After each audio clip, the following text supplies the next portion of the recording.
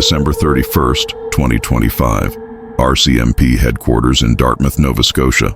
Staff Sergeant Rob McCamon, acting officer in charge of major crime and behavioral science, sits down for an interview with the Globe and Mail. 8 months have passed since Lily and Jack Sullivan vanished from their rural home in Lansdowne Station. 8 months of searching, investigating, analyzing every piece of evidence from a case McCamon describes as having the greatest volume of information in his 25-year career. And then he says something that changes everything. I'm confident that in time it will be resolved. Not hopeful, not optimistic, confident. That's not a word investigators use casually.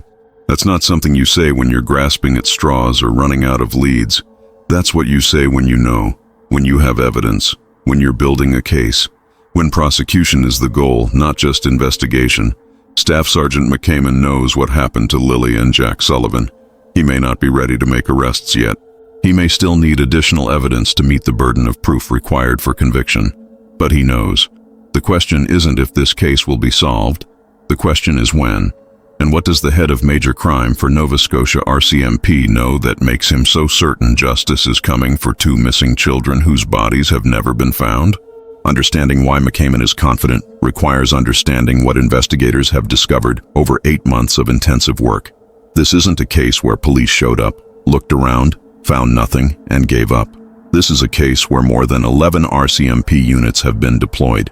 Where the Major Crime Unit, Digital Forensic Services, Truth Verification Section, Legal Application Support Team, Police Dog Services, Underwater Recovery Team, Behavioral Sciences Group, and Criminal Analysis Service have all contributed expertise and resources. Where investigators have formally interviewed over 60 people, some of whom underwent polygraph testing. Where they've received more than 1,000 tips from the public and followed up on each one. Where they've reviewed over 8,000 video files collected through canvassing the area. Where they've been granted numerous judicial authorizations to seize and examine materials and devices.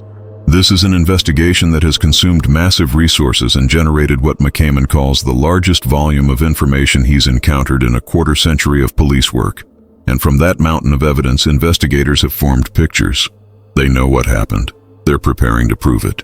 Before we examine exactly what evidence gives McCamon his confidence, before we analyze what forming pictures of what may have taken place really means in investigative terms, you need to subscribe to True Crime Vault immediately. We follow cases from beginning to end. We analyze official statements and read between the lines of what investigators say publicly versus what they know privately. We don't just report the news, we investigate what the news means. If you want coverage where RCMP statements are analyzed for their investigative significance, where confidence means something specific in law enforcement terms, hit subscribe and notifications now. Smash that like button because this case needs attention until charges are filed and justice is served. Comment below with your thoughts. Why do you think McCamon is so confident? What evidence do you think investigators have? Let's analyze this together. Now let's examine what the head of RCMP Major Crime knows about what happened to Lily and Jack Sullivan. Let's start with what McCamon said publicly in his December interview, because every word matters when a senior investigator speaks about an active case. I believe we have made ground when it comes to where things are heading and what we're finding out, McCamon stated. Made ground. That's progress language. That's forward movement toward a specific goal. We're collecting information from all areas. We're assessing that, and it's helping us form pictures of what may have taken place. Pictures, plural. That suggests investigators have developed theories based on evidence. They're not starting from zero. They're not wandering in the dark hoping to stumble across something. They have scenarios they're testing against the evidence. We're going to continue to work down that road, he continued, indicating this is a path with a destination, not aimless investigation. And then the critical statement. I'm confident that in time it will be resolved. Resolved. Not might be resolved. Not hoping it will be resolved. Will be resolved. That's certainty. That's confidence based on evidence investigators possess right now, even if they're not sharing it publicly yet. McCamon also addressed the timeline, acknowledging what everyone watching this case already knows. Major crime investigations take time. We have to consider whether charges will be laid eventually. So we have to maintain the rule of law and follow the rules that are there. It does take time, and it is going to take some more time. This is crucial context, McCamon isn't saying the case is unsolved because they don't know what happened. He's saying prosecution requires meeting legal standards. They need evidence that will hold up in court. They need to follow proper procedures so defense attorneys can't get evidence thrown out on technicalities. They need to build a case that meets the burden of proof beyond reasonable doubt. That takes time, but that time is being used productively. The investigation has generated 1,300 investigative tasks that are being systematically worked through. Every tip is being followed. Every piece of evidence is being analyzed. Every witness statement is being verified. This is methodical case building, not desperate searching. Now let's talk about what McCamon knows, but hasn't said publicly, because understanding an investigation requires reading what investigators reveal through their actions and focus areas, not just their public statements. The Globe and Mail reported troubling information about the Sullivan household that investigators have confirmed through their inquiries. Daniel Martell, the stepfather, admitted drug abuse. That's not speculation. That's his own admission to investigators. Children living in a home with active drug abuse are at significantly elevated risk of harm. Investigators know this. Child welfare experts know this. And it establishes a dangerous environment that contradicts any narrative of a safe, stable home from which two children simply wandered away. The reporting also revealed that both Lily and Jack had multiple black eyes observed by teachers and documented in school records. Not one incident, multiple. That's a pattern. That's not children being clumsy or having normal childhood accidents. That's evidence of physical abuse serious enough that a teacher filed a formal report with Child Protective Services weeks before the children disappeared. Investigators have interviewed that social worker. They know what was reported. They know what was observed. They know the system failed to intervene in time. There's more that investigators know. A provincial child protection social worker visited the children's home to investigate suspected abuse or neglect. McCamon confirmed that police interviewed this social worker and others with valuable information about the children's circumstances. We have looked at their movements in the days prior and the kind of things that were going on in their lives. That is part of our investigative inquiry, he stated. This isn't background noise. This is establishing motive, opportunity, and circumstances. Investigators are building a picture of a household where children were at risk, where abuse was documented, where intervention was attempted but failed, and then those children disappeared. That's not coincidence. That's context that points toward what happened and who's responsible.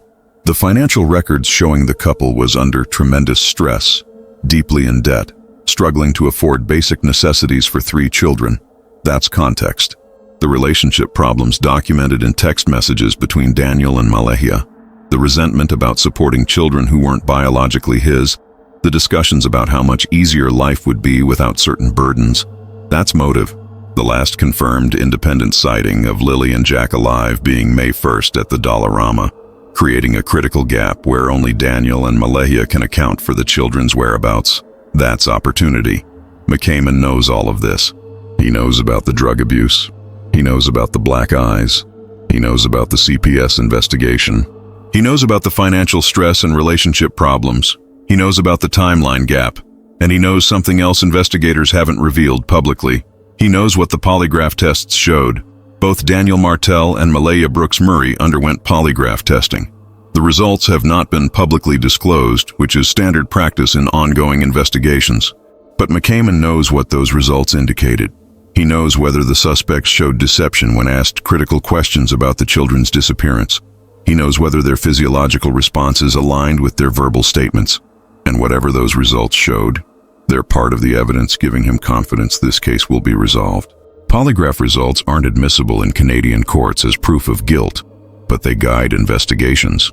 They tell investigators who to focus on, what questions to press, where inconsistencies exist, and investigators have been focusing on Daniel and Malehia since the earliest days of this investigation.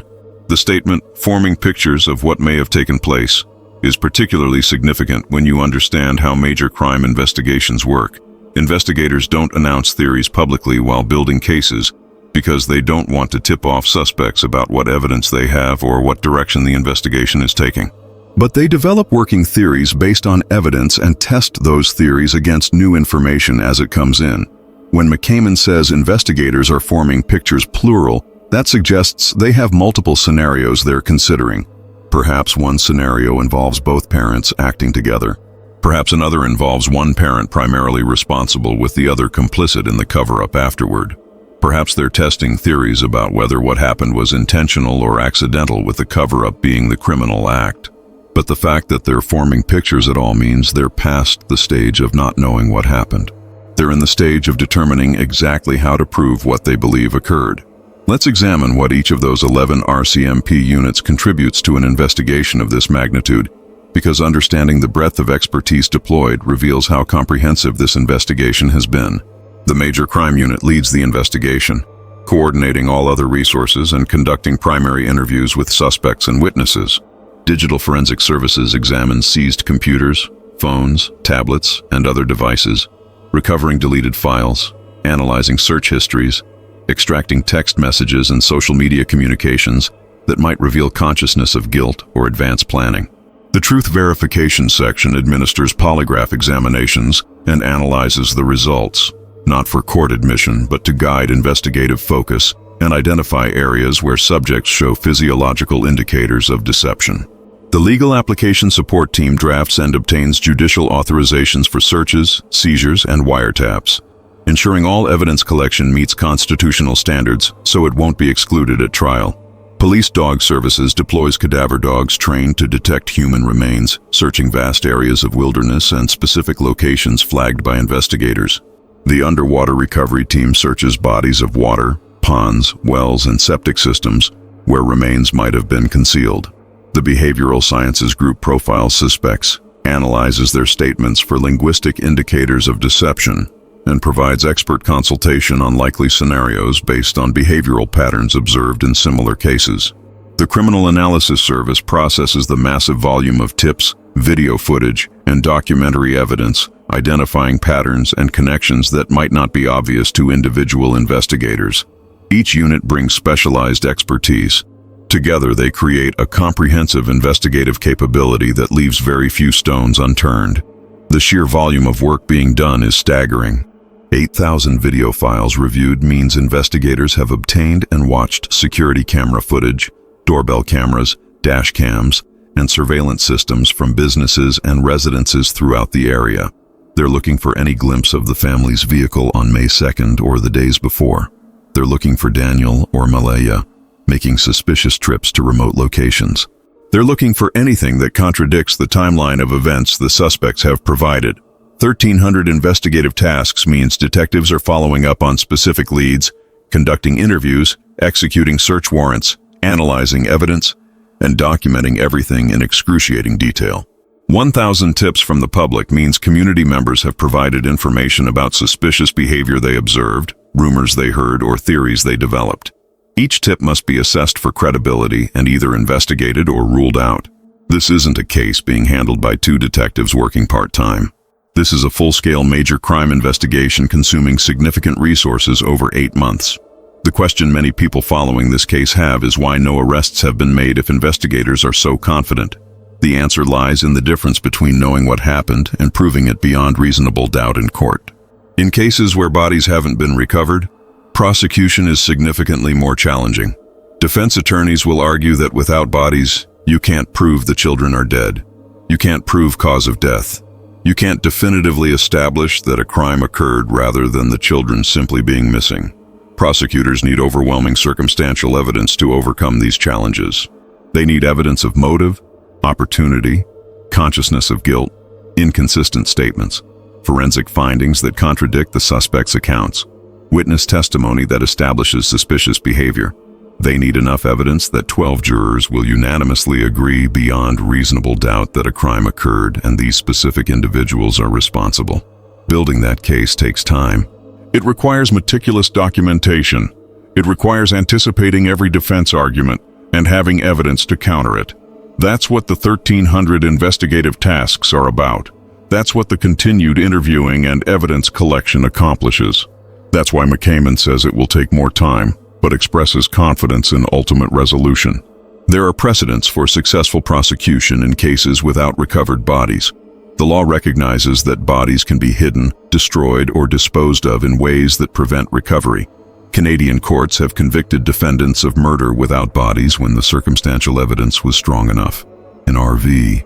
Morin, the Ontario Court of Appeal upheld a murder conviction based entirely on circumstantial evidence where no body was found, establishing that if the evidence reasonably supports the inference that the victim is dead and that death resulted from the unlawful act of the accused, conviction is proper even without physical remains. The Crown must prove that the victim is dead, that death resulted from a culpable act, and that the accused is responsible for that act. Each element can be proven circumstantially through evidence like the victim's disappearance under suspicious circumstances, evidence that the victim would not voluntarily disappear, evidence contradicting the accused's explanation for the disappearance, and evidence suggesting the accused has guilty knowledge about what happened. In the Sullivan case, investigators likely have evidence in each of these categories. Children ages 6 and 4 don't voluntarily disappear and survive on their own for 8 months through a maritime winter, with temperatures dropping well below freezing. The massive search effort found no trace of them in the wilderness, making the wandered-off explanation increasingly implausible. The contradictions in Daniel's public interviews, the timeline inconsistencies, the behavioral anomalies all suggest consciousness of guilt. The evidence of abuse and neglect establishes risk to the children. The financial and relationship stress establishes potential motive. All of this builds toward a prosecutable case even without recovered remains. Another critical aspect that gives McCamon confidence is what investigators have learned about the suspect's behavior in the days and weeks before the disappearance. McCamon stated they've looked at the children's movements and what was going on in their lives in the days prior. That means investigators have mapped out exactly where Lily and Jack were, who saw them, what their condition was, and when they were last independently confirmed alive. The May 1st Dollarama sighting appears to be the last time anyone outside the immediate household saw the children. That creates a 24-hour window from approximately 3 p.m. on May 1st, when they were at the store, until 10 a.m. on May 2nd, when the 911 call was made reporting them missing. What happened during those 24 hours? Only Daniel and Malaya know for certain. But investigators have evidence about the household dynamics during that period. They have whatever communications occurred between Daniel and Malaya. They have internet search histories if either suspect looked up anything incriminating. They have cell phone location data showing where each person was and when.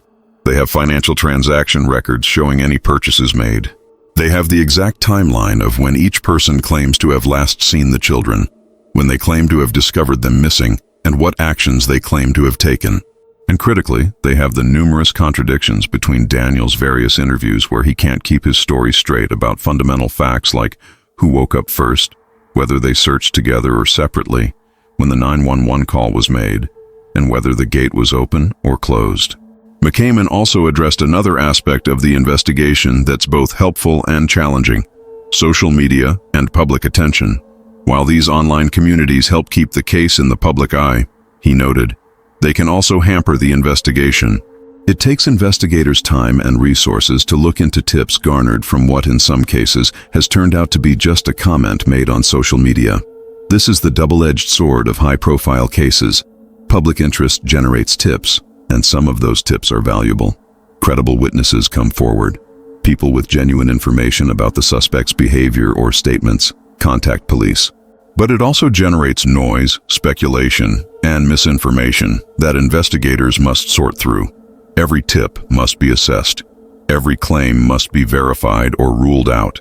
Social media sleuths develop theories based on incomplete information and present them as fact. Rumors spread, false accusations are made, and investigators must spend time and resources addressing all of it, because buried in the noise might be the one credible piece of information that breaks the case open. But McCamon's confidence suggests that despite the challenges, investigators have separated signal from noise. They've identified the credible information. They've built their case on verified evidence, not social media theories, and they're moving methodically toward resolution. What happens next in this investigation depends on several factors. Investigators may still be waiting for forensic results from materials seized under judicial authorization, DNA analysis, digital forensics, detailed examination of seized devices and documents. All of this takes time. Laboratories have backlogs. Complex analysis requires weeks or months. If investigators seized computers or phones, digital forensic examiners must create forensic images, recover deleted data, analyze every file, every search, every communication. That's painstaking work. They may be waiting for additional witness cooperation. Sometimes witnesses who were initially reluctant to talk become willing to provide information as time passes and pressure mounts. Fear of retaliation diminishes, loyalty to suspects erodes, conscience weighs heavier, and someone who wouldn't talk in May might be ready to talk in January. They may be building leverage to encourage one suspect to cooperate against the other, offering reduced charges or sentencing recommendations in exchange for truthful testimony about what happened. This is common in cases involving multiple suspects where investigators believe one was more culpable than the other, or where one might be willing to provide evidence in exchange for leniency. Or they may simply be ensuring every investigative avenue has been exhausted before presenting their case to prosecutors, knowing they'll only get one chance at trial and it needs to be airtight. Whatever the specific timeline, McCamon's confidence suggests the endgame is in sight. The question isn't if charges will be filed, it's when. And what will those charges be? The most serious charge would be first-degree murder if investigators can prove planning and deliberation. Evidence like financial preparations, internet searches about how to avoid detection, or purchases of materials used in a cover-up could support first-degree charges. Second-degree murder would apply if the killings were intentional, but not planned in advance, perhaps occurring during a violent episode triggered by stress or anger. Manslaughter charges might be pursued if investigators believe death resulted from assault or criminal negligence, but without intent to kill, such as if excessive physical discipline led to fatal injuries. There could also be charges related to interference with remains, obstruction of justice, providing false information to police, accessory after the fact if one suspect helped cover up crimes committed by the other. The specific charges will depend on what evidence investigators have about what happened and the intent of those involved. But charges are coming. McCamon's statement makes that clear. For the family members of Lily and Jack, McCamon's confidence provides both hope and anguish. Hope that justice will finally be served, that those responsible will be held accountable, that the truth will emerge about what happened to two innocent children. But also anguish because confirmation that investigators know what happened means accepting that the children are gone, that this story doesn't have a happy ending where they're found alive. The biological father has expressed gratitude for investigators' commitment while also expressing the pain of waiting for answers. The maternal grandmother has said that if her daughter is guilty, she must face consequences, while also expressing the impossibility of comprehending how this could happen. For a family torn apart by tragedy and suspicion, resolution will bring both closure and devastating confirmation. The community of Guysborough County has been deeply affected by this case. Lily and Jack weren't strangers. They were known at local stores, recognized at community events, part of the small-town fabric where everyone knows everyone. Their disappearance shattered the sense of safety that rural communities often feel. Parents became more vigilant. Children were watched more closely. And as the investigation progressed and details emerged about the household conditions and the documented abuse, community members struggled with guilt and questions. Should someone have noticed? Should someone have intervened? Could this have been prevented? The teacher who filed the CPS report weeks before the disappearance must live with the knowledge that they tried to help, and the system failed to act in time. The social worker who visited the home must wonder if there was something more they could have done. These are the invisible casualties of cases like this. The people who tried to help and couldn't. The community members who saw something but didn't realize how serious it was. The neighbors who heard arguments but didn't want to interfere. McCamon's confidence that the case will be resolved offers some measure of closure for a community that has been waiting for answers since May. 8 months. Over 1,000 tips. 1,300 investigative tasks. The greatest volume of information in a quarter century. Multiple RCMP units deployed. Judicial authorizations obtained. Witnesses interviewed. Polygraphs administered. Evidence collected. And at the end of all that work, the head of major crime for Nova Scotia RCMP sits down and says with confidence, "This case will be resolved." That's not luck. That's not hope. That's evidence. That's investigative work building toward prosecution. That's justice delayed but not denied. Lily and Jack Sullivan disappeared on May 2nd, 2025, but their disappearance didn't go unnoticed. It didn't go uninvestigated. and according to the detective leading the investigation, it won't go unprosecuted. The case will be resolved. The only questions remaining are when and what charges will be filed. Staff Sergeant Rob McCamon knows what happened. Soon the rest of us will too, and those responsible for whatever befell two innocent children will face the justice system's full scrutiny, and, if the evidence supports it as McCamon clearly believes it does, its full weight. If you want continued coverage of this case as it moves toward resolution, subscribe to True Crime Vault now. Like this video to help it reach more people who care about justice for Lily and Jack. Share it so their story stays in the public eye and pressure remains on investigators to complete their work and prosecutors to file charges. Comment below with your thoughts on McCamon's confidence. Do you believe charges are imminent? What do you think investigators know? Let's keep demanding answers until this case reaches its conclusion. Two children deserve justice. A community deserves truth. And according to the head of RCMP Major Crime, both are coming. The case will be resolved. We'll be here to cover every development until it is.